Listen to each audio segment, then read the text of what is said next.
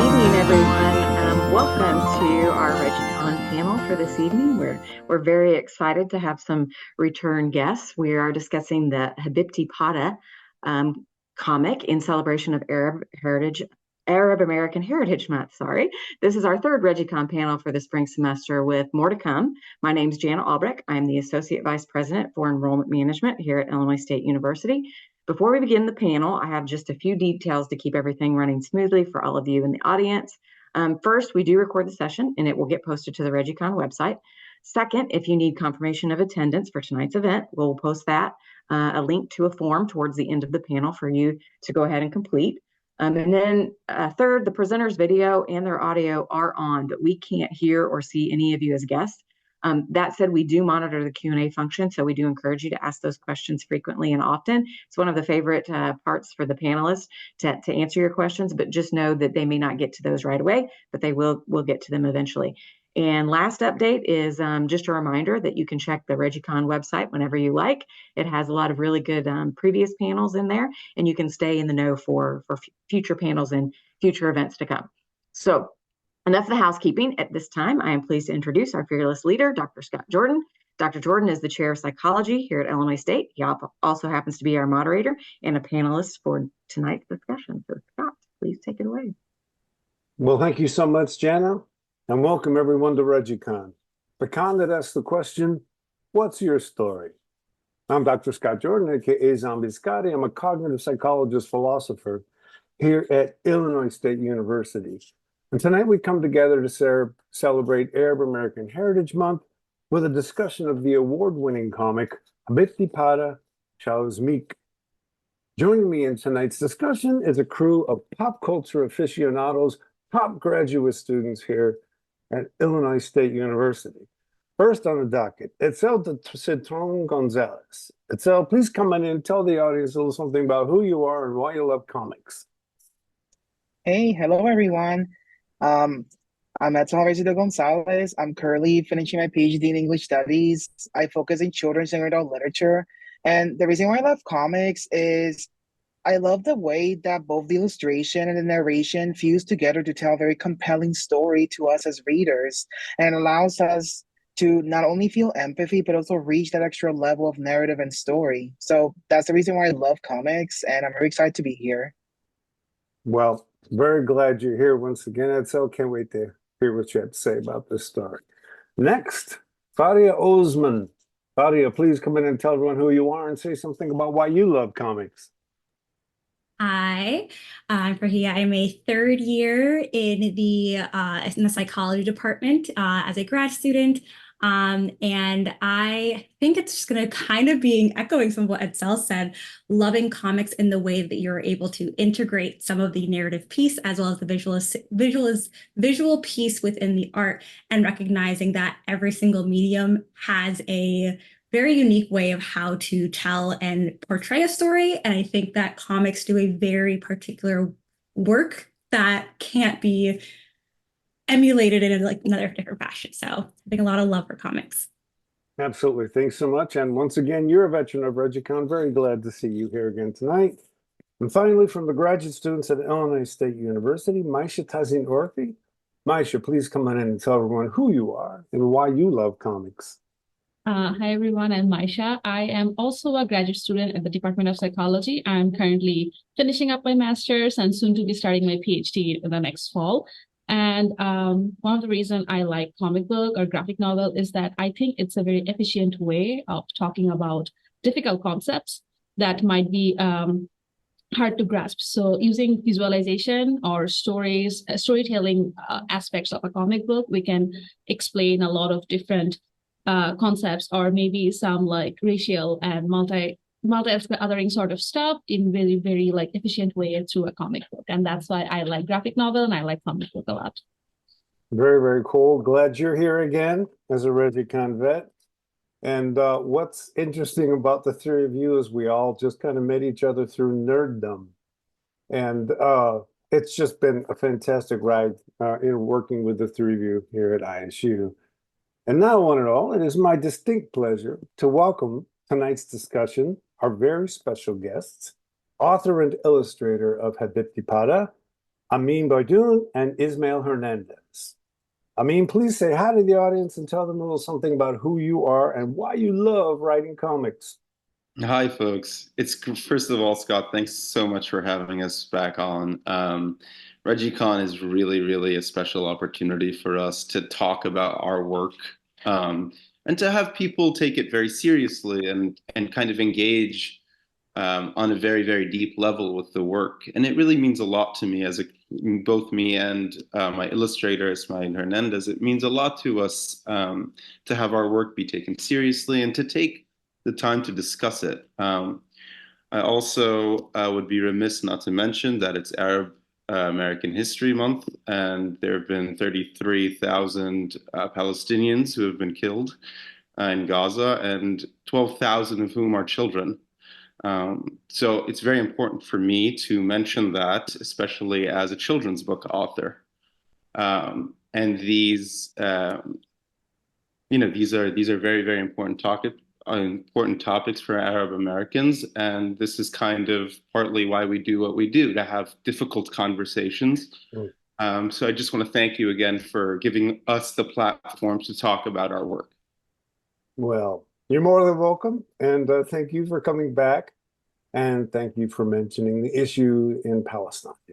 We would be remiss if we did not, and I have a few remarks to make after everyone's here. Ismael, please come on in, tell us who you are, and tell us why you love illustrating comics. Hello, everyone. I'm Ismael Hernandez. I am an illustrator of comics and storyteller myself. I currently live in Spain. And the reason why I do comics,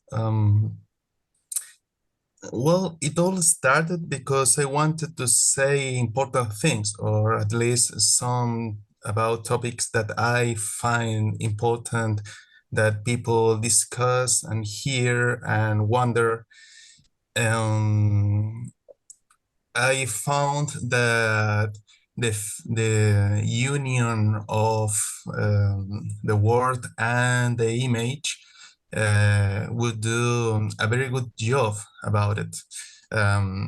You can combine the fortitudes of both worlds in a single attempt, which is mind-blowing for me. I grew up reading comics as a lot of people, and being in the other side is just wonderful. So thank you very much for inviting us, and for everyone that is listening and watching right now. And let's hope that we can have a difficult and useful conversation. Oh, thank you for saying that. And I need to let the two of you know, we don't talk about any just graphic novel on ReggieCon.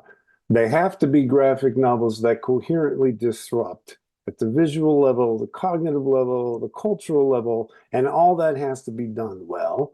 And so you've done it well at least twice now, so we appreciate you being here. Usually when I give public service announcements or I say things about contemporary issues, I write something out. I don't know that words are. What can do, what needs to be done at the moment regarding the situation in the Middle East. What I will say is my hope that the kind of conversations we have here at ReggieCon, which are committed to openness, committed to disagreement in a sophisticated adult way, can be a role model.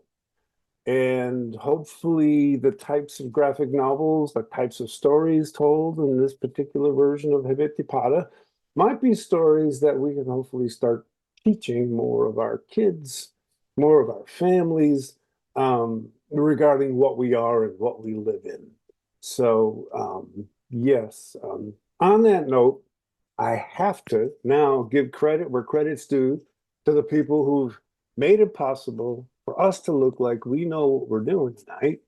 So first of all, I want to thank Mr. Sean Thornton, who always does all the beautiful artwork that celebrates each Heritage Month we discuss here at ReggieCon.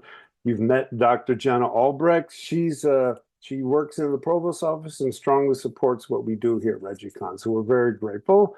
Ms. Summer Simmons, she makes sure that everybody gets in the right room at the right time, and we very much appreciate that because as an academic, I need someone to tell me where I need to go. Ms. Danny Schroeder runs, she's in University Marketing and Communication, has everything to do with helping us spread the word about ReggieCon. And then Ms. Julie Monet Perez is joined the crew or is doing us a favor as of this fall. I sent her reels, the little ReggieCon mixes that I use, music created by ISU students. She's been posting them on our Instagram page. And okay, I'm going to reveal my age, but we've gotten over 70,000 views on these reels. Now, for me, that feels like big numbers. I don't know about y'all, but so this is just great to see the vibe of ReggieCon be spread this way. And then Miss Kelly Harmon is the lead staff in the Department of Psychology, and she connects with all the speakers and all the students as well to make sure we do things we need to do. I would be remiss if I did not announce that ReggieCon Live in 2024 is but a week and a half away. That QR code that you see there on my background and on this slide works. If you want to know about ReggieCon, simply get your phone out and try it. It'll take you to the full ReggieCon Live program, 4 days. The overall event is called Ruins, Reflections, Creations, and Dreams. Don't get mad at me, but I got to be bragging on everything that we're doing. So Saturday, we're having 2 creative showcases by two student showcases from the School of Creative Technologies. One is a digital music showcase from 12 to 3, and the other is a games and comics showcase. And then, if you're in the know, you know who Amy Kurzweil is. She was here for ReggieCon last year, and she's going to do a comics workshop for us as part of that games and comics student showcase on Saturday. And then on Sunday, we're having an all-out crazy conference one day called At the Ruins of Contemporary Culture. What will tomorrow's minds say about today's selves? I have invited these incredibly groovy people to show up and tell me what the world's going to think about us in 1,000 years. So I'm not sure if we're going to be able to broadcast it on Zoom yet, but if I figure that out, we will, and the public will be able to be there. I got to tell you about this. Dr. Tomie Han does this very cool thing called banding, where she connects people with industrial strength rubber bands. She starts in pairs. They each perturbate each other's gravity. They get used to having someone mess with their body. Then they do quartets, octets. By the time they're done, the whole room's connected with rubber bands. And we use this and what it feels like to be disrupted with your body. We argue it's the same algorithms you're using when you feel disrupted when you're talking. So how do you then learn to manage your disrupted balance? We argue that's a good way to understand how you can manage your disruptive identity and thoughts. This one, you got to go to the ReggieCon site and actually click to get into it because there's only 25 slots. Oh my God, John Jennings is going to be here doing an art exhibit on Monday. Dr. Gopal Bhatnagar is going to be here doing a few things for us. India, post-colonial literature and identity. Elizabeth Domenico is going to be talking about X-Men and dystopia. Dylan Trigg is going to be talking about a philosophy of horror with Dylan Trigg, which is absolutely amazing philosopher. Then we're going to do a collective live viewing of the thing, which will be an absolute blast. Physicist Harold Ottmanspacher is going to talk about equations in classical physics that can be used to model dynamics in human experience. And then we're going to do comics in the classroom, but why? On Tuesday for a brown bag. And then we're going to end the whole thing with a conversation moderated by our very own Maisha Orthy. Dean Heather Hillaway is going to be on the panel. And Sita's Romiana, what do frames and comics tell us about ourselves and culture? So there's a whole bunch of groovy stuff going on. If you can make it, all of it's free and all of it's open to the public. So on that note, instead of unsharing the screen, what I think I'll do is keep it shared. What I've done is I've put our images in the order they appear in the text so we can actually see they sort of work with each other. So, and remember, I had a QR code right here on my page. So if you want to figure out what's going on at ReggieCon Live, you can do that at any time. So We're going to start with Maisha's image, simply because that was the first image in the story. So Maisha, it's all yours. Okay, I didn't know I would be the first one to talk today, but I'm on the spot right now. Okay, I will try my best to explain why I chose this panel, and my perception of this panel might be entirely different than what the writer or the Ameen Beydoun has intended it to be, but I will try my best. So one of the reason when I was reading this graphic novel, I was also kind of othering myself from the book. It's because that a lot of the texts are not in the English language, so a lot of the words are not in I speak. So I was kind of feeling how the main character was feeling at that moment when he was going through the book. So that's one thing I thought I should mention before I go with it. The reason I chose this panel is because after I finished the whole book, I went to the last page and there were more questions and do you have more questions about it? One of the questions was that why her mom is wearing a blue robe. So I read that and I was like, okay, that makes a lot of sense, because she is working as a maid in this household and she's working doing this.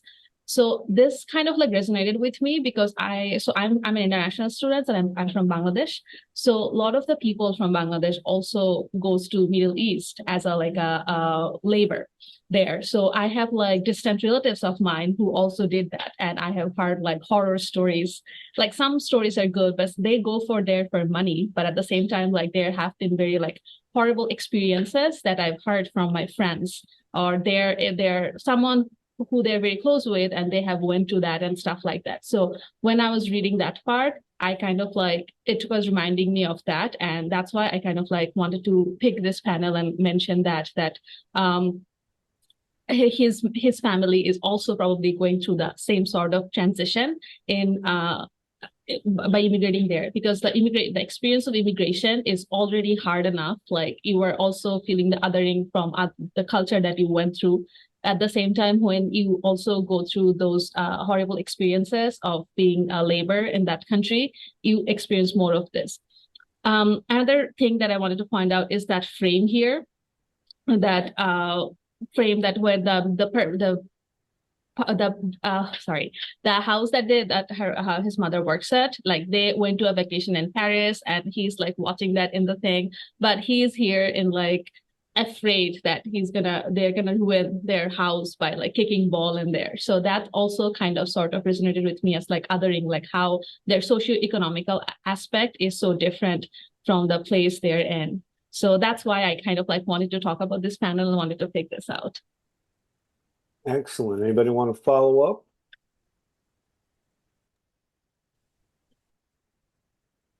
Ameen and Ismael? Well, thank you so much for picking the panel and for really dissecting it for exactly what it is, Maisha. As you mentioned, it's great to hear that your roots come from Bangladesh, and yes, there are a lot of maids participating in the kafala system that come from Bangladesh, right? They come from Bangladesh. They come from West and East Africa. There's a lot of Filipinos, and part of the issues and what some of the issues that I wanted to discuss in the book are the kafala system, which is basically these migrant workers come to work as maids, as domestic workers, and they forfeit their passport. They have to legally give their passport to their employers, and they lose basically all rights, and they lose all ability to move and be mobile, and just absolutely horrible system, right? And then there's a range of abuses, sexual abuse, just physical violence that happen to these workers who come to Lebanon to try to make money and try to send money back home. And that's exactly why we're creating this comic book, right? So in this second book, we now learn a little bit more about Pada's family history, and we learn that okay, mom is here as a domestic worker. but I'm really happy that you brought that up. It was exactly, you know, one of the themes that I wanted to discuss in this book is the kafala system and how messed up it is. And not just that, it's like, yeah, the sort of changes that need to happen in Lebanese culture. And I'd like to, you know, and to try to have conversations about workers' rights and how systems like this can also play out in the United States as well. So thank you so much for bringing that up. No, thank you for like doing this, because I have like not read any book or work relate or any graphic novel or even like stories based on this kafala system, but it happens and people don't really talk about it. So I'd actually read that. I'm like, okay, I am very familiar with this, and I'm so glad that you actually put it out there and like made a story out of it. Thank you so much for doing that. I think also similar, sorry, like to Maisha, like I didn't realize that this is what it was portraying until after I went back. And so seeing the ways of like how much, like I read the story and then rereading it after I finished it, just because I realized how many nuances and intricacies that I completely missed not going fully understanding. And like I know that I've like pieces of this specific system, like, oh, I know what this is. And like now I can go back and like recontextualize how I read these first few pages. So like I think you're doing like I think just like beautiful work in the ways that you've layered so much in every single page of the novel. And sorry, I also wanted to add. There's no sorry. Just go ahead and say what you want to say. Yeah, it's just at that moment. Okay, let me just pitch in my idea before it moves. But going back to the previous panel, I thought that the frame and the child looking at the frame and seeing that family vacation in Paris was really fundamental, because in children's literature, we do think about the metaphor of mirrors a lot and windows. But specifically, I thought of windows because windows allows children to see other people's lived experiences that it's not their own, or don't have that same exact lived experience. And usually with children's literature, thinking of picture books, comics, and graphic novels, the point is that they learn about different childhoods to develop empathy as a tool and understanding to really feel what the character is going through. And what I like about this specific work is that us as readers, we feel that window, we feel that different lived experience, but we also realize that despite popular belief and despite people wanting to believe that every child lives the same happy childhood, which is like the romanticized version of children's literature, that's not the reality.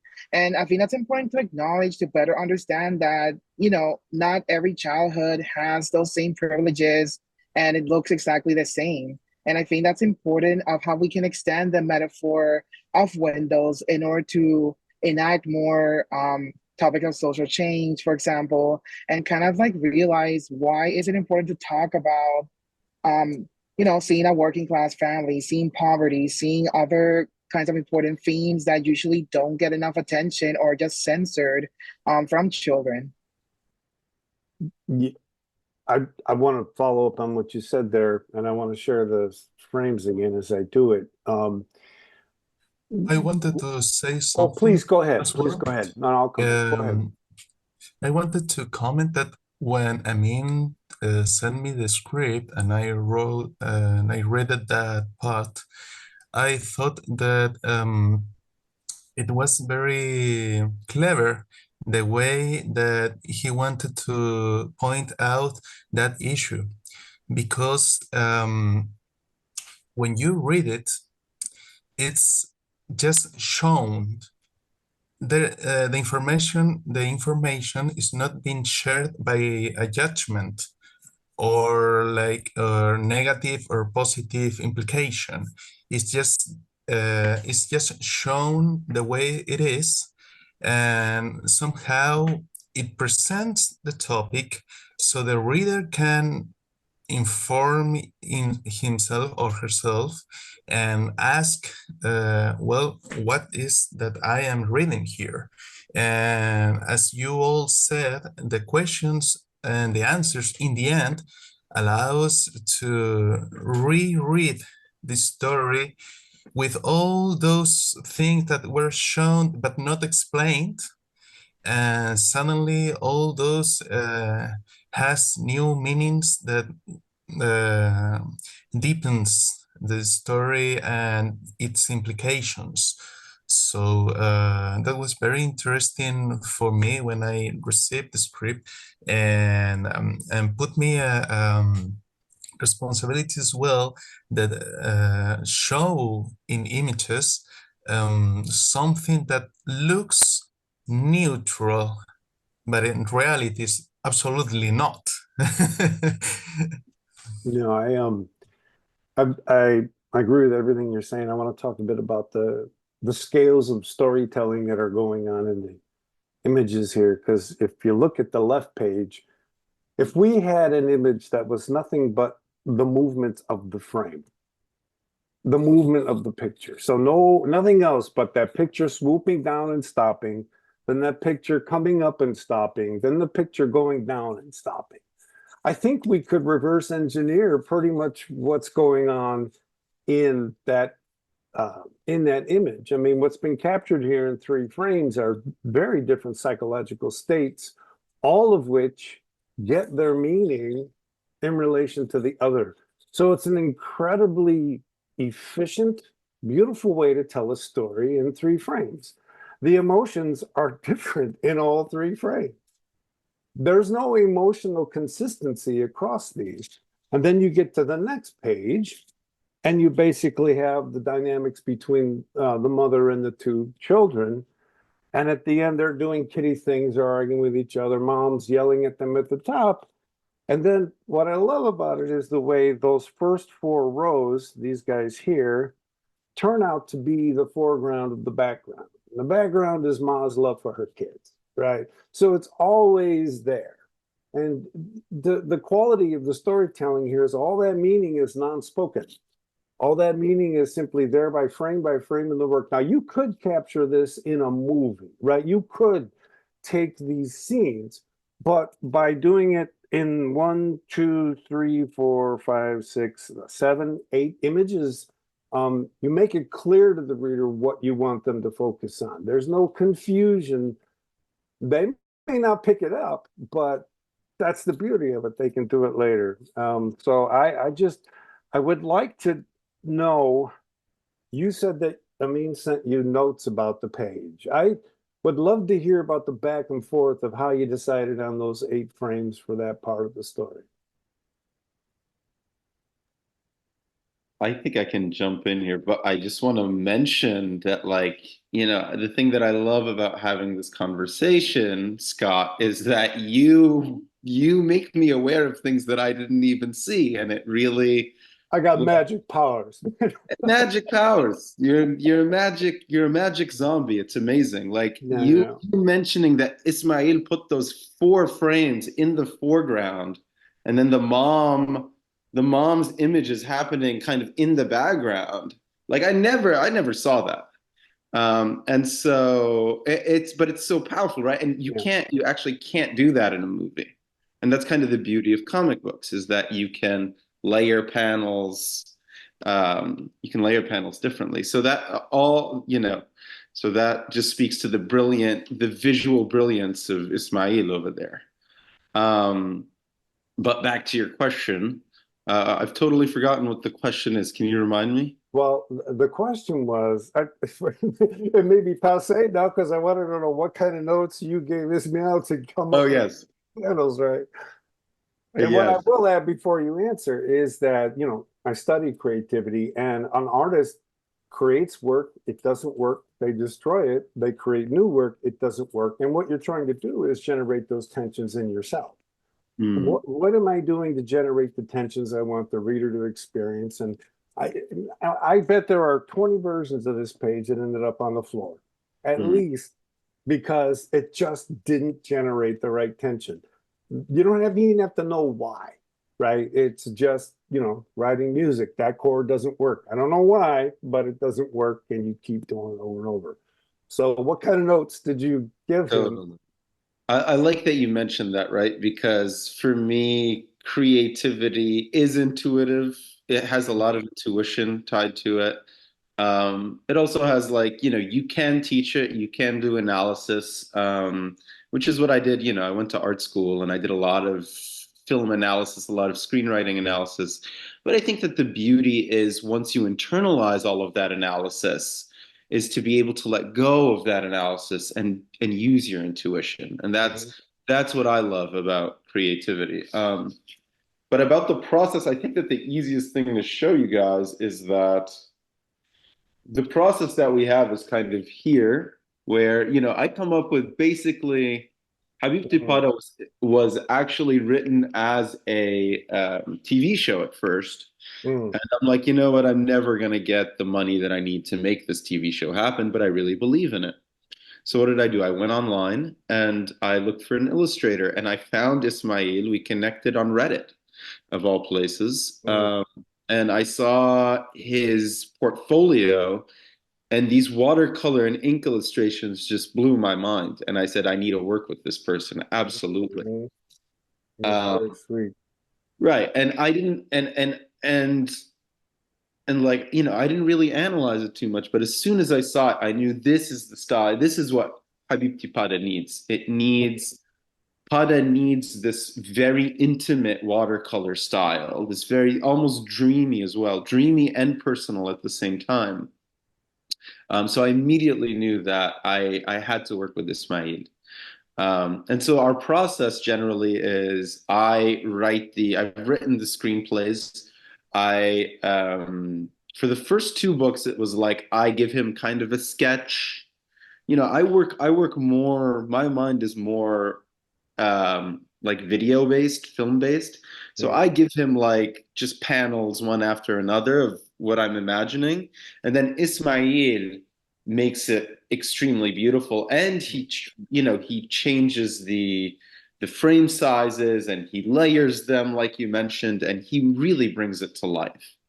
So generally that's what our process looks like. But now I think that Ismael and I have been working together for so long, for 4 years now. The third book that we're coming out with, I wrote the script and Ismael came up to me and I was so happy. He said, listen, I would like to just take a stab at this without having you describe the visuals at first. I think that there's enough in the screenplay.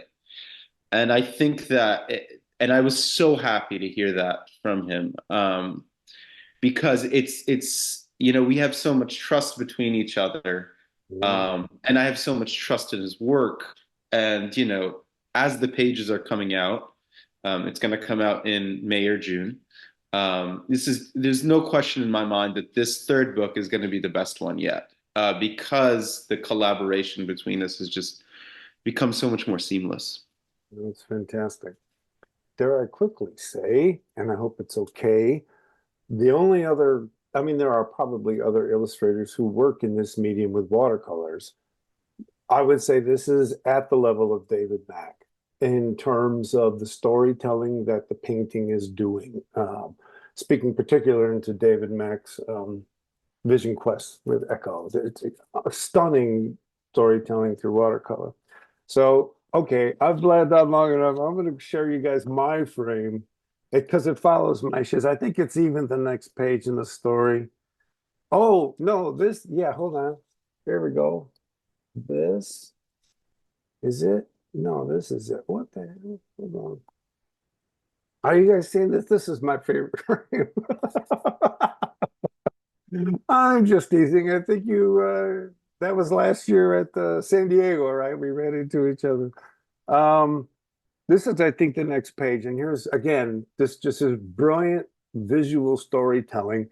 And what we're watching in the left is the effects of what the kids are doing. We're not watching the kids. We're watching the effects of what their kids are doing. And so first it's global hitting. I assume what's going is it's bouncing and we see a large perspective, no kids in it. It's just the effects of what they're doing. And then we see it land on something and break. So we go down in scale and we still see the effects. And then we zoom out to social effects, right? And we see the person we're going to meet later looking out the window. Now, at least I'm assuming that's the person that we're going to meet later. I'm assuming that's the person we're going to meet later looking at the window. So that's like, first of all, okay, the reader's got to go, boom, it's not kids, it's the effects, boom, it's micro effects now, boom, it's social effects. So all three of those frames are focusing on effects of the kids and what they're doing in the world. And then we get the view of them. And the right panel I'm mainly talking about for resolution of what's going on the left, but if I'm wrong that person is if I'm wrong about who that person is, I'll take the hit. But I thought it was a really nice foreshadowing. There's someone watching them. That's the vibe I got. So yeah, again, more of the same from the last page. First of all, you got to tell me if I was right. You can't leave me hanging. So I honestly, Scott, You're killing me, man. you know what? No, Scott, I think that the beauty of artwork is that you create it, Yeah, okay. and then you let it go, and then you put it out into the world, and now it becomes something. Now it becomes something that you connect with, Scott, right? And so saying this is someone. This is the person looking out the window foreshadowing. I didn't think of that. That was not in my mind, Scott. That's not wrong. I think that that's actually an incredibly profound and poetic way of looking at it that I never considered. And that's and I really like to explore these questions in creation, right? Is like, you create something and you put it out into the world, it doesn't really belong to me anymore. No. And my interpretation will only go so far. But what other people interpret is just as valid as what I interpret, I believe. And that's kind of the beauty of creation, right? Is being able to let me tell you, I'm really a micromanager. And I'm sure I drive Ismael crazy. And I'm like really controlling with my vision. Yeah. But some of the beauty is to be able to let go of that control once it's done, and you bringing that perspective to the panel will make me now look at it in a way that's much more meaningful and just means a lot. Yeah, it's just it creates richness that wasn't there before. So I appreciate it. I truly appreciate your compliments, and at the same time, I'm incredibly needy. So I need to know who saw that as the person upstairs. If you saw that as the person we meet later, raise your hand. You guys are killing me here. Okay, so I will say I do love how many times, I do love talking with creators and bringing out an analysis or a way that I saw something. It's kind of similar to what Ameen was talking about, things that I resonated with, things that I saw, and how many times a creator being like, I didn't intend for that to be there. Yeah. But I'm glad that you saw it. And I think I love that aspect in the sense of because you as me as the reader, me as the person who is engaging in the work, I bring my own perspective, my own thoughts into something. And so now it's a shared experience. But I love it every time a creator's like, I did not plan for that, but you can think that I did. One thing I have to talk about that entire page, I loved how much the aspect of play and the children playing. And specifically with I didn't even think about it before, but the aspect of you were seeing the effects of the play at first and recognizing how play really transcends the aspect of language. This is before you recognize and really seeing the ways of Pada and her brother not knowing Arabic. And yes, this is before that process. And so I am seeing run, slam, oh no. And this is how they are seeing the play happen. And I love, I work with children. I love seeing children play and how much communication and the way children interact isn't about language, but more so the other ways they communicate and how that can transcend any language because communication is more than just the language that you're speaking. So overall, I was trying to figure out how, finding so much beauty in a lot of different pieces and wanting to speak upon that. Well, I am a parent myself and of a 9-year little boy, and it's amazing how games are their whole world. So, I mean, one way to present children has to be through games. They are playing all the time. So when Ameen sent me the script, I remembered the presentation that sometimes are used in the Japanese comics, the manga, in which they present little pieces of the environment and the place, so you can, as a reader, start puzzling the scene in your mind before you actually see the whole, which is something that Amin has had in the script already. I remember a specific example in which they wanted to show a kitchen. So they show someone cooking and water boiling, and the wind in the through the window. And so you start to add layers of perception to the general image before you see it. So when you finally see it, you can hear those things in your imagination. You know how that place smells. It's something very interesting. Yeah, and on a fundamental level, on a more even more, that's absolutely true. And on an even more basic level, like opening a scene with something that's, hyper, extreme close up, it just creates, it gets the reader interested. It's like, oh, like what's going on here? So just as Ismail said, you're giving them pieces to a puzzle that they're putting together, and then you get the satisfaction of putting the puzzle together in that fourth frame. But I think that it's an interesting, it's an effective visual tool, visual trick to like get the reader curious about what's going on. Sorry about that. I gotta tell you. Oh, go ahead. So I guess a quick thing. I also want to praise Ismael for the way that you illustrated this specific panel. Mostly because it also gives the reader the idea of the ecology that's happening within the story. And by that I mean, well, and right now I'm really interested in analyzing how spaces allow children to be agents of their own autonomy and agency in a way. And I feel like play is a very important aspect of that.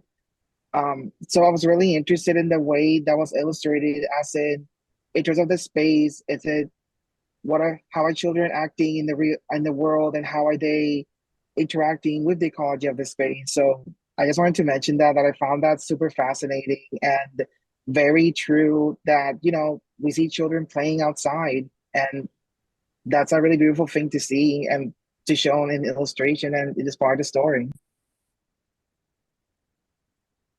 I'm going to quickly go back to Claudia's comment about the fundamental nature of play. Research on imitation is pretty clear. Infants basically do with their bodies what do you do with your body up until about 1.5 years. Once they're mobile and they're toddlers, then they no longer imitate each other's movements, but rather they imitate each other's relationships with objects. So if one picks up a hat, the other one will pick up a hat. But by 3 years old, when they're starting to use words, now they don't do that anymore. Now what they do is imitate each other's words. And so what you see is being together is moving over development from being with bodies to being with objects to being with ideas. But those later aspects of being with people can't come to be if you can't be with people in these ways, right? So ironically, it's the way we adults experience our words that's the problem. Because we experience our words as non-play. We experience our words as a non-game. We experience it as a non-cooperative exchange. And a lot of adult use of words is like that these days. But you know what it's like, this conversation. It's good play. We're throwing our words around with each other. It's not a ball, but we're throwing our ideas around. Words are the way we throw our ideas around back and forth to each other, right? So the idea that we have dictionaries to tell us exactly what words mean is kind of a misnomer. Words mean what they mean in the context in which people create them to share ideas. And starting a story with the fundamental nature of interaction play, as Farhia mentioned, helps us tell that story clearly from beginning to end. So I think the next one, I think this is Edcel's. Am I right? Yes. So and it was hard to decide on a single panel because after that image and before I was really interested in captivating on like the point of view between, especially me seeing this in the eyes of the kids, and that's like the other panel I really engaged in, because the one before, what really captured me and really interests me a lot is like bringing back to heteronormativity and the theory where, you know, in a classical story of children's literature, it's usually the kid facing a challenge that goes against adult authority and kind of proving that, you know, in a world run by adults, kids also can be agentic beings and have their own autonomy and speak in the world. But I also saw this and thought more of the perspective of how, and just reading the illustrations, the kids kind of like seeing this adult figure almost so, and someone that probably they've heard stories about, and kind of envisioning that person as already a monster without really getting to know them beforehand or really knowing their backstory. And I thought that was really powerful, the combination of this illustration and then the next one, where we actually see kindness and empathy being put in play, and kind of like that tenderness and love and care that completely changed the perspective of what we see illustrated. Very beautiful, and I don't know, it was like really special as well. And on a side note, and this is really interesting because I'm a huge fan of video games. It reminded me a little bit as well of Little Nightmares, especially how the adults are being interpreted in that game as full-on monsters, while Six, the child characters, like venturing through this world and navigating through the horrors of like, you know, adult rule and kind of like the lifestyle that goes upon it, as in, you know, a child does not belong here, and if you enter our world you will be eaten, in the case of Little Nightmares. But here it kind of felt a little bit not as extreme as Little Nightmares, but also it's kind of like that caution that the illustrations also give out as well. And again, that's a lot of my own interpretation. It's like a full video game fan, but also a scholar who studies this for a living. But I just really love the combination and the dichotomy that comes with the illustrations as well. Especially with how the eyes were illustrated in this specific panel. And then we see more humanized eyes. So it kind of gives that dual perspective as well. But yeah, I'm just at this point mentioning a lot of things I love and a lot of things that I'm like, my brain is like really rapidly thinking about in terms of adding more conversation and adding more possibilities, of how important the illustrations, but also the narrative is giving to us as the readers, and the kind of, you know, endless possibilities and conversations that we can have just by looking at this single space. Anyone want to follow up?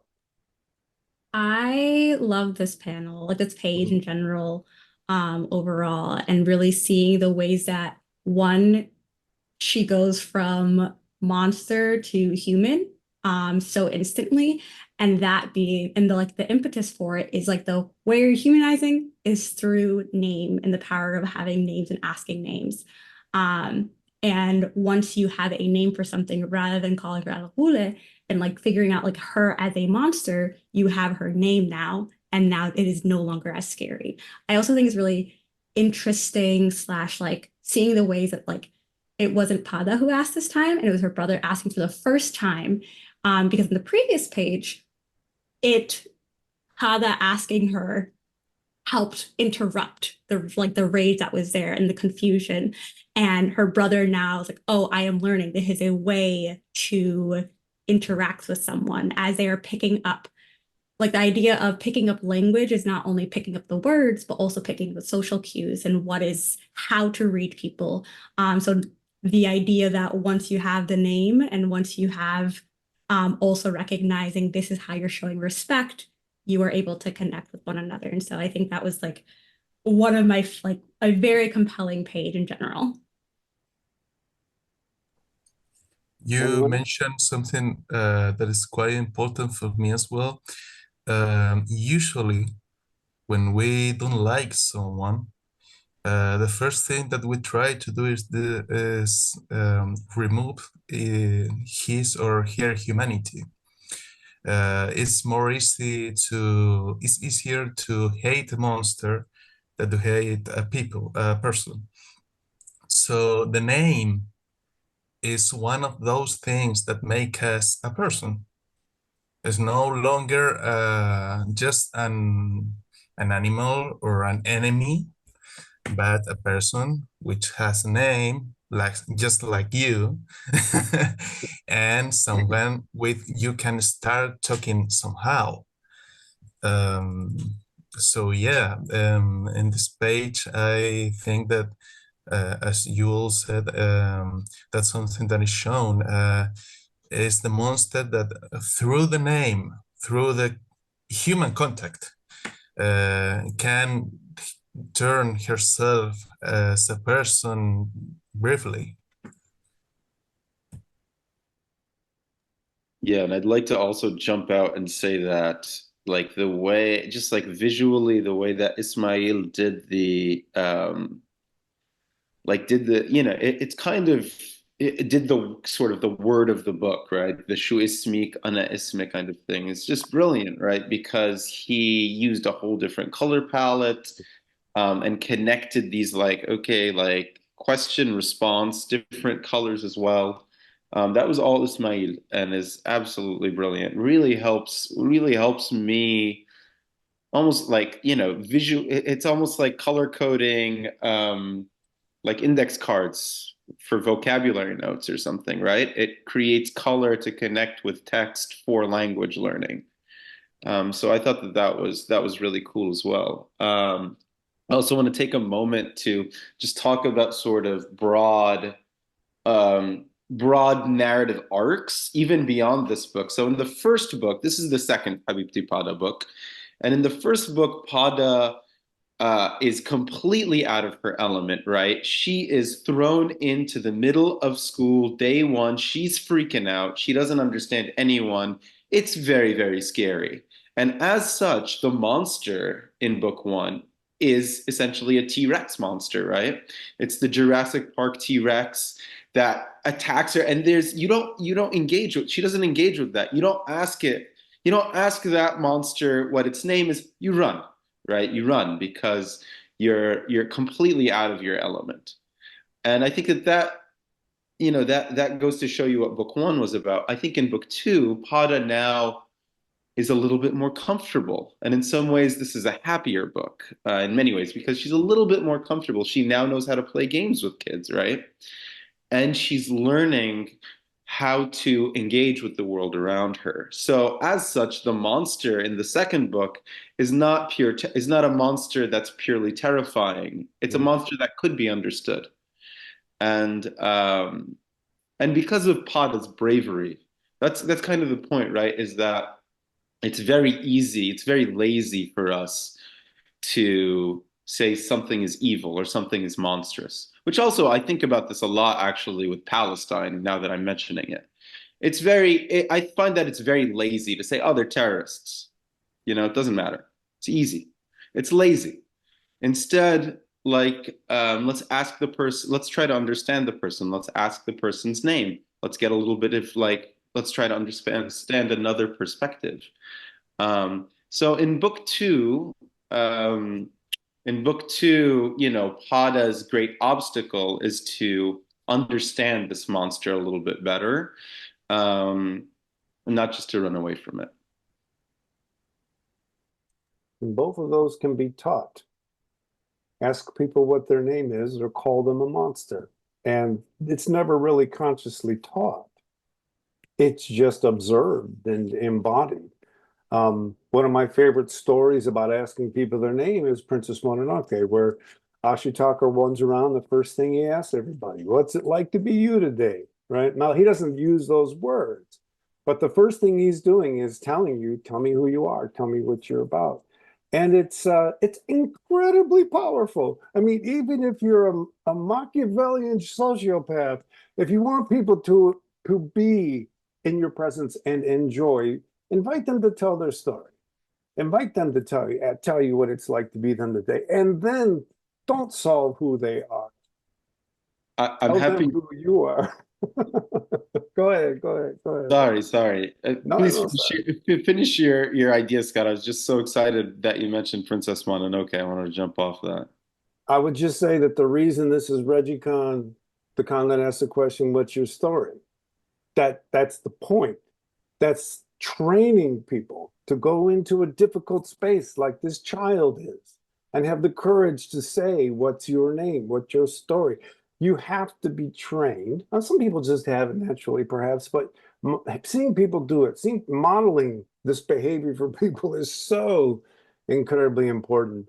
And if we fail to do it, then the kids don't even have the opportunity to imitate it. So I think this is the kind of thing I want to do. To what's it like to be you? What's your name? And all right, so I'm done with my little go ahead there.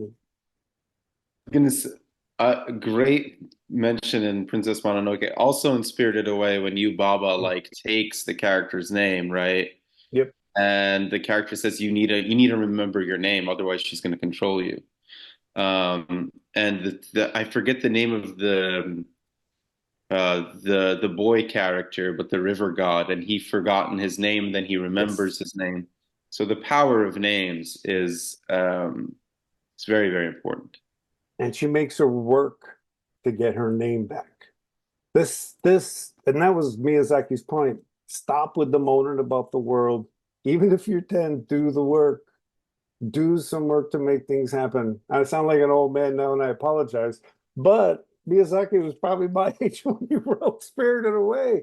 And the problem is, if you're not willing to do the work to get your name,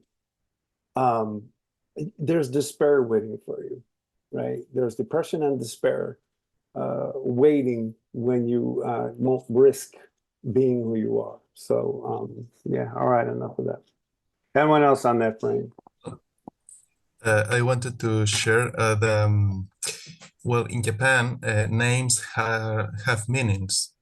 Like in some cultures around the world, it's mostly Western that we don't have meanings for our names. We make meanings for our names. I'm sorry. Historical characters, for example, who were named that way, or I don't know, Edward or Philip. The stories are about those important people that had those names, but in the other cultures, the name itself has a meaning. Actually, and the way it's written in Japan, even if the word sounds the same, it may has different meanings. So when people choose names, they don't just choose something that sounds nice or remember to someone, but they are actually making a focus on what they want for that new child. And that's very powerful because they are somehow pointing where that person is going to be, is going to lead in his or her formation as an adult. Names is a very interesting topic because it's very powerful. There are religions that you change your name of birth because you rebirth as a new one. And the way you tell that yourself and others is by changing effectively how you name. your identity. Anyone want to follow up on that? All right, then. We're going to go to the final image.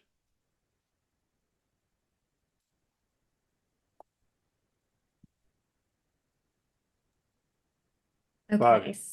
Yeah, so I was kind of pairing with the previous image. I think it'll be a natural segue into, I just loved how much warmth was in this scene. And both seeing the ways of just like how the narrative arc, I think I talked a little bit about before how it was, I'm forgetting his name, but the younger brother who ended up asking that, probably the younger brother who ended up asking the name that she was able to say her name.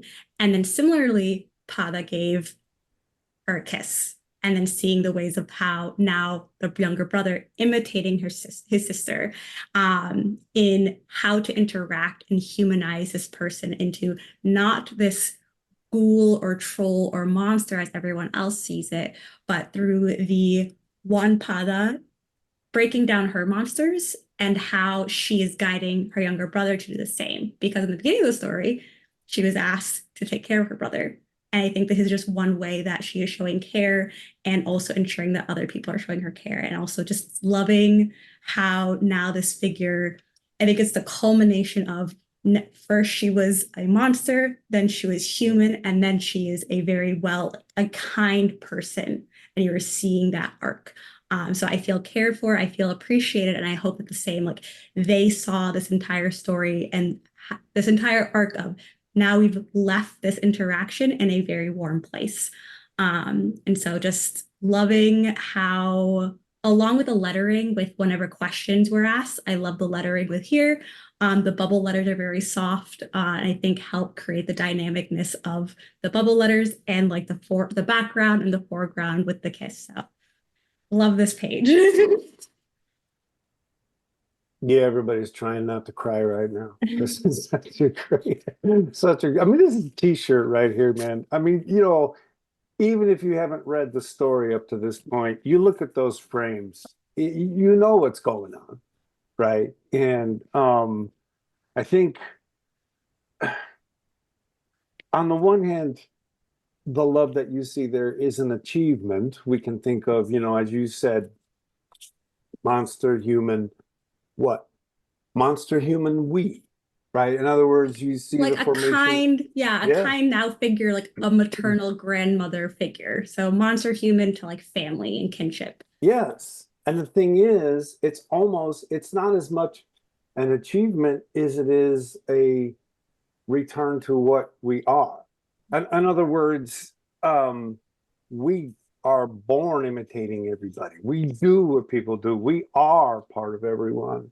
And who we become is who we end up allowing in and who we end up keeping out. So you can think of who we are as sort of an embodiment of the other people we've met. And when we find these moments, it's like, this is how it's supposed to be. This is why we use this language that love is supposed to be what we are. Right? Because we spend, you know, I can't flap my wings like every other bird, or I can't fly. So I can't do what you're doing all the time. I can't think what you're thinking all the time. Otherwise, I won't be a me. So we have to sort of separate an identity. But then when we come back to these moments, it's like a return to who we are. A return to, go ahead, please. No.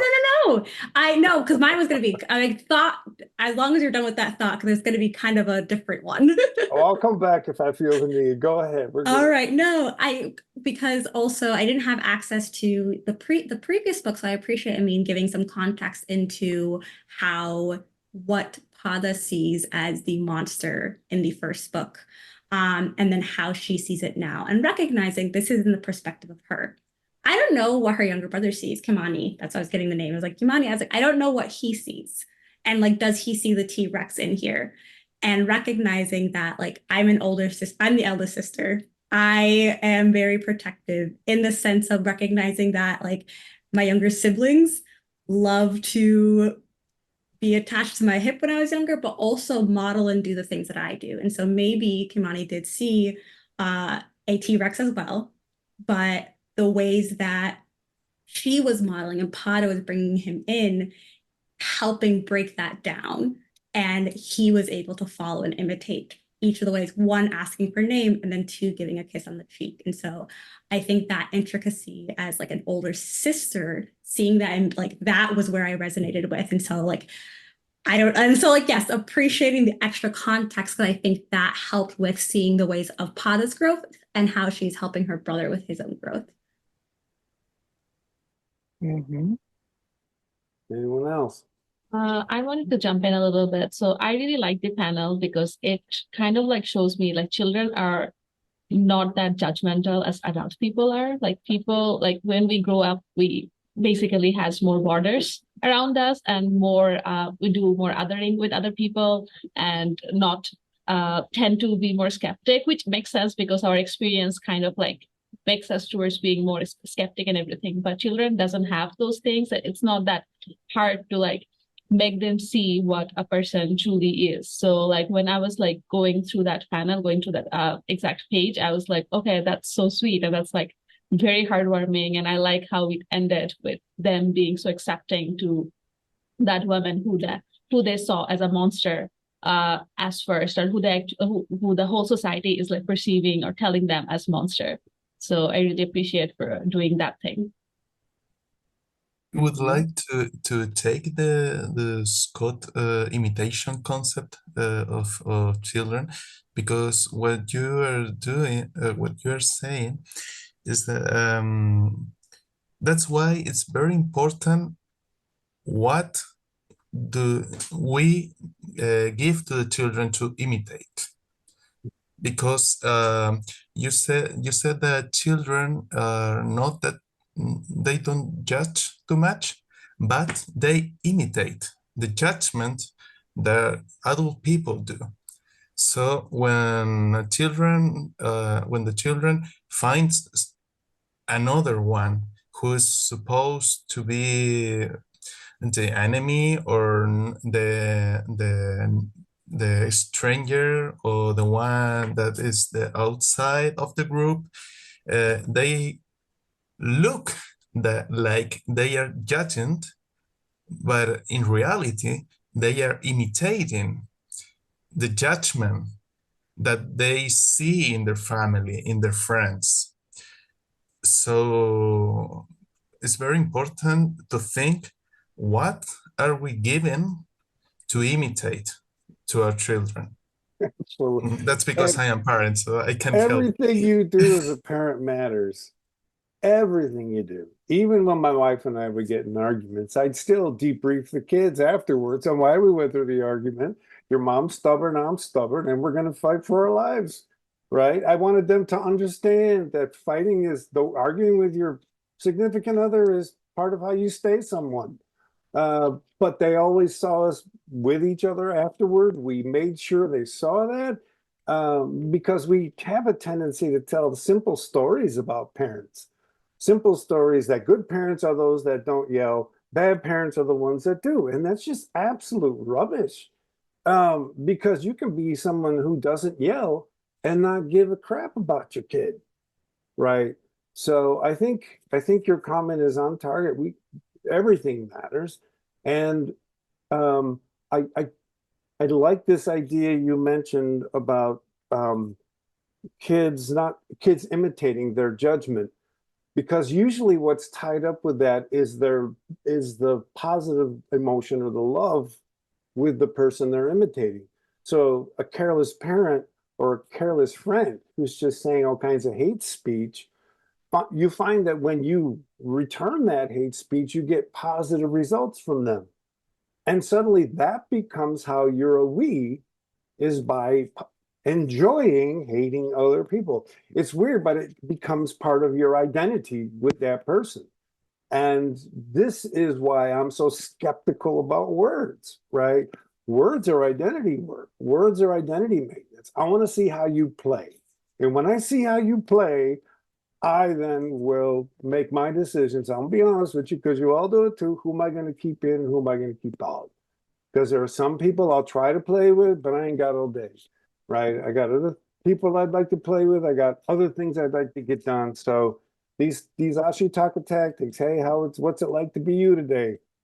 If you don't get anything, you tried, right? You tried, and you've got to decide for yourself how much work you want to do to make that work with them. But yeah, so these words, these judgments we make about others are all part of an identity. And then when that gets institutionalized at an even larger scale, so that the whole culture is dehumanizing another culture, and the identities, kids don't even know that's who they're becoming, because unless they have someone in their life who disrupts them, who challenges that, and but that's hard work, and so yeah, being a parent's tough, man.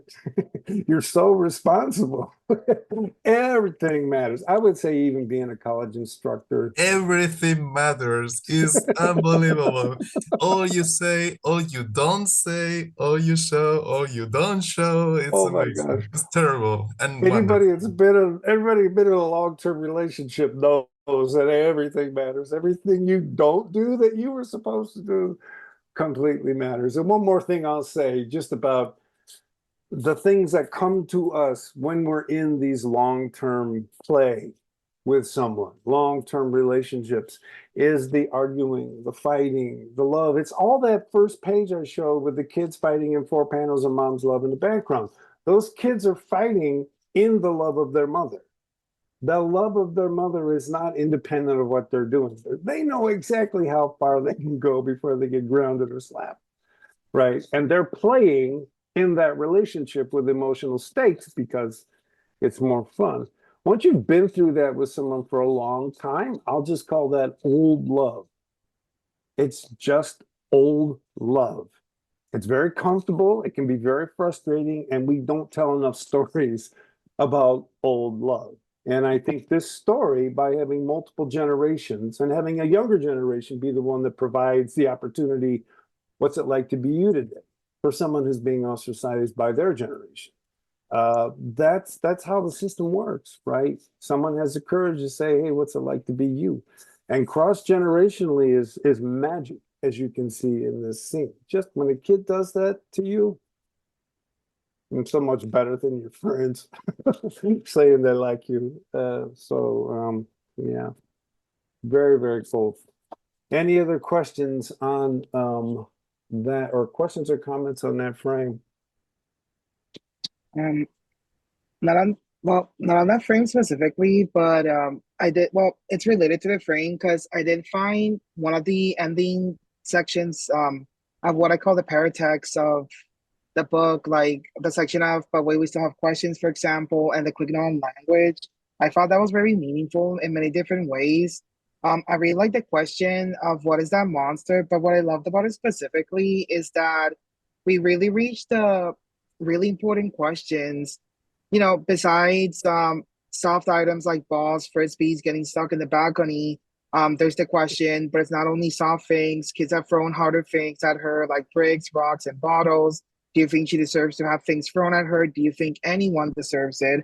And I thought those questions were really meaningful because I thought back in the importance of contemporary mental health and social emotional learning for kids, and the ways that stories do complement that kind of teaching and a kind of understanding of how stories are not only impactful, but they have real meaning and real effect that's reflective of the world. And I really love the play on the section on language, where what's it like to be an outsider, to be an immigrant, and someone who does not understand the world around them or the language around them. We're currently reading in my mental health class, Pie in the Sky, where we actually see um, a 12-year-old kid not having access to English after moving to Australia, and basically identifying that at first, in his perspective, well, everyone else are aliens and I'm in Mars because I don't understand what people tell me. But then after he lives for a few weeks, he's like, oh, wait, I'm actually the alien because I feel alienated. I feel like the outsider. And I thought that's very impactful because I feel like with language itself, we truly understand what it really means when a kid really suffers from language barriers and a lived experience and really trying to not only accustom to the culture, but also trying to survive within that new space that they're in. And I just wanted to say that I found that extremely useful. I'm gonna bring it in my own classrooms because I think this is like super cool. And yeah, I just wanted to say that. I really, Go ahead. yeah, I just want to say I really appreciate that. And yeah, like you said, uh, being an outsider and really interesting the comment you made about the aliens and then feeling like you're the alien because you're othered. Yeah, Habibti Pada, Pada has a very, very different lived experience, of course, than I do. Because I very much come into a lot of these contexts in a position of power. But at the same time, I wanted to tell a story that was from an outsider's perspective, right? Because an outsider's perspective, when an outsider goes to a new culture, they can hold a mirror up to that culture in some ways and be aware of social situations, of things like race, things that it might be harder to be aware of if you're within the culture, right? So that's kind of, the overwhelming purpose of the series as well.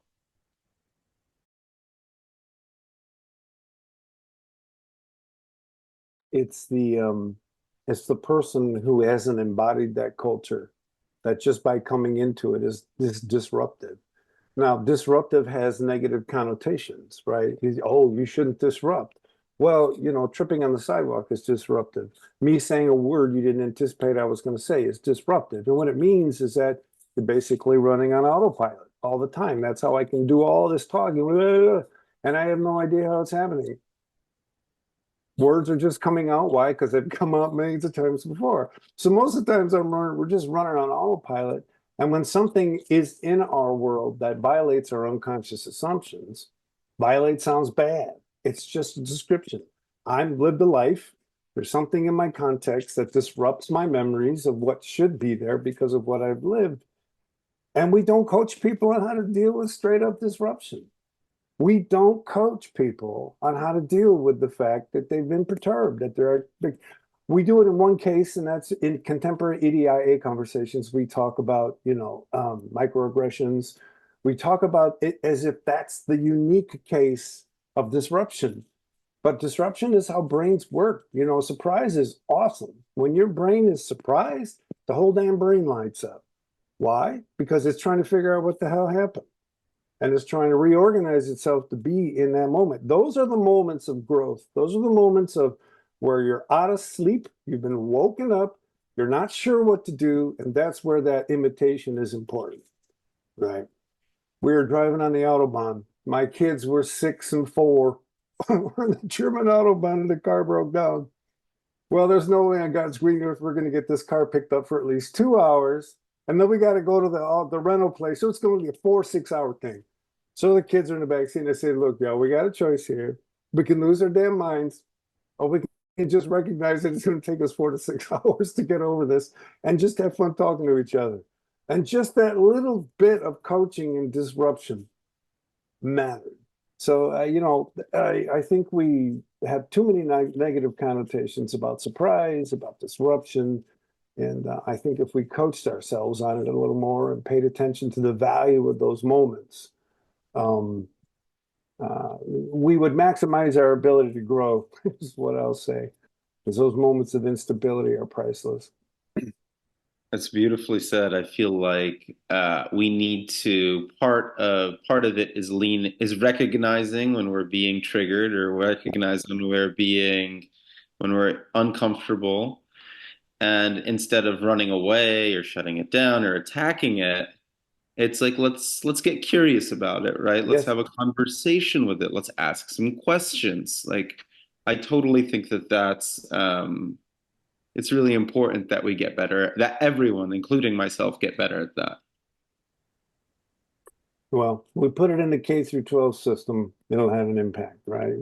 And I suspect people that teach things like yoga and such are actually indirectly teaching people these levels of awareness that you have to somehow deal with as they're perturbed. Okay, do we have any final questions or comments about this amazing graphic novel? I'd like to add Go, quickly. please, go ahead. I'd like to add quickly that the third book is coming out in May and June. It's a story, it's kind of more about, this is a story that takes place on the seaside, and it's about more about environmental degradation, also touches on Syrian immigration crisis.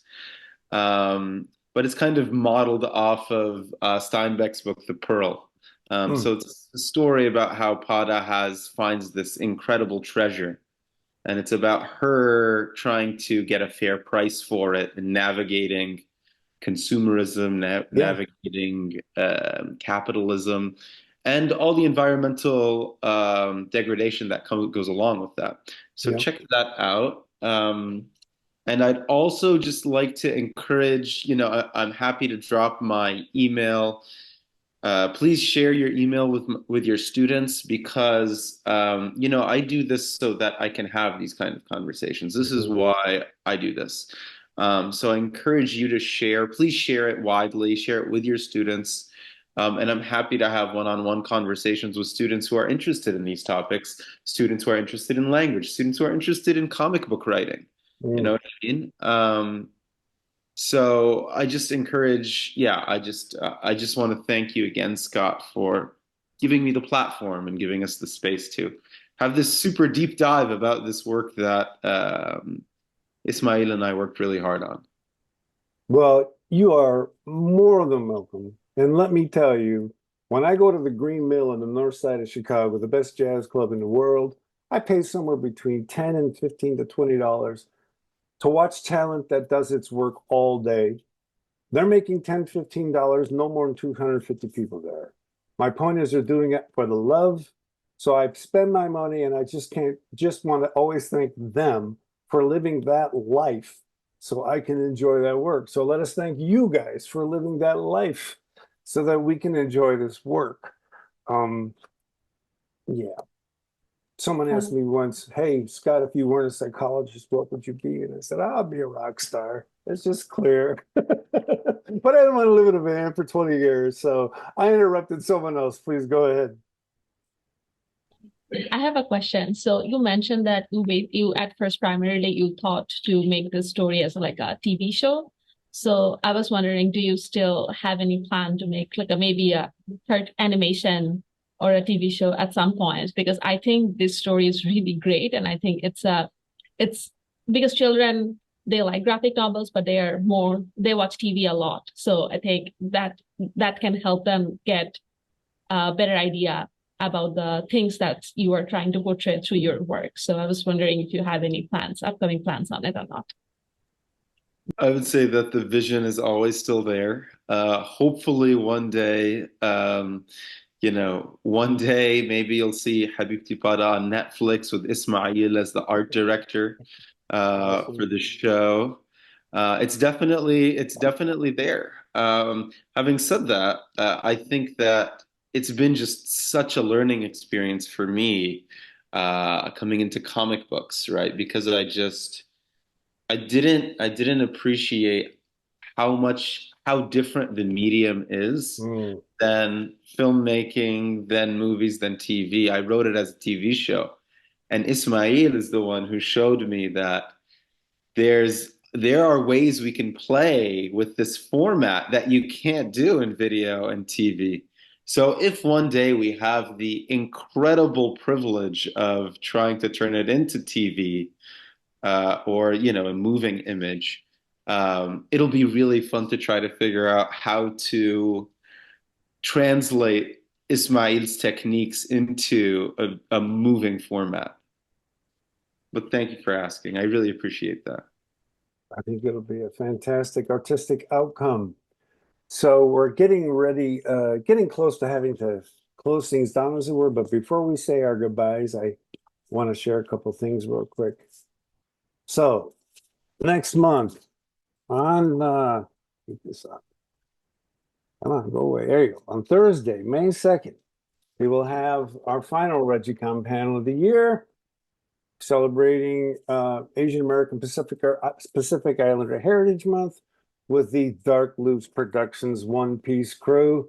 Our very own Maisha, who's here today, is a member of that crew. We podcasted the live action Netflix One Piece series, and we're getting the band back together for just a love fest discussing one of our favorite pieces of work, One Piece. Also, again, I've had that QR code there. If you didn't take a picture of the QR code, just type in ReggieNet or ReggieCon, ReggieCon, all one word, in the Google machine, and go to the tab ReggieCon Live 2024. And then, before we go out, I want to say thank you to Edcel, Farhia, and Maisha for being here tonight. My notes say, let them say thank you and goodbye. So please feel free to turn on your mics and say thank you and goodbye. Sorry, I'm not a good director here sometimes. Thank you and goodbye. Knocked it out of the park. I just wanted to say thank you to all of you because, as Ameen said, having so deep analysis of one's work is something really beautiful. You can test if the intentions that you have in some images and some narratives are working or not. But beyond that, you can find joy in the act of reading in the other person, and that's wonderful. Being able to see how you have enjoyed the story so much that you wanted to analyze it deeper is something that is really wonderful. So thank you very much to all of you for taking your time to see everything that the story has to offer and more. Well, on that note, thanks again to the two of you for indulging us with your presence this evening, talking about the work. Thanks to everyone out in the audience who showed up. Thanks to those amazing people behind the scenes who make us look like we know what we're doing. And as we go out tonight, I do want to end with the reel that was made for tonight's ReggieCon. I've got the sound, so I'm just going to play it and wave as I play it. Thanks for coming, everyone. You can all hear that, right?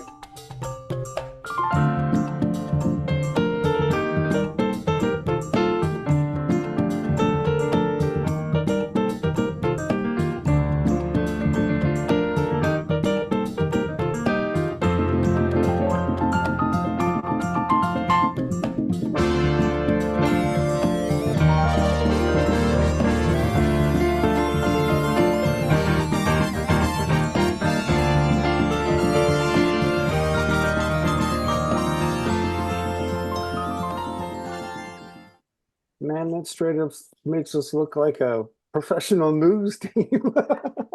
By the way, the composer of that piece is the only name I got was Kyle. So Kyle, thank you very much for that piece. Thanks all of you for coming. Have a good evening.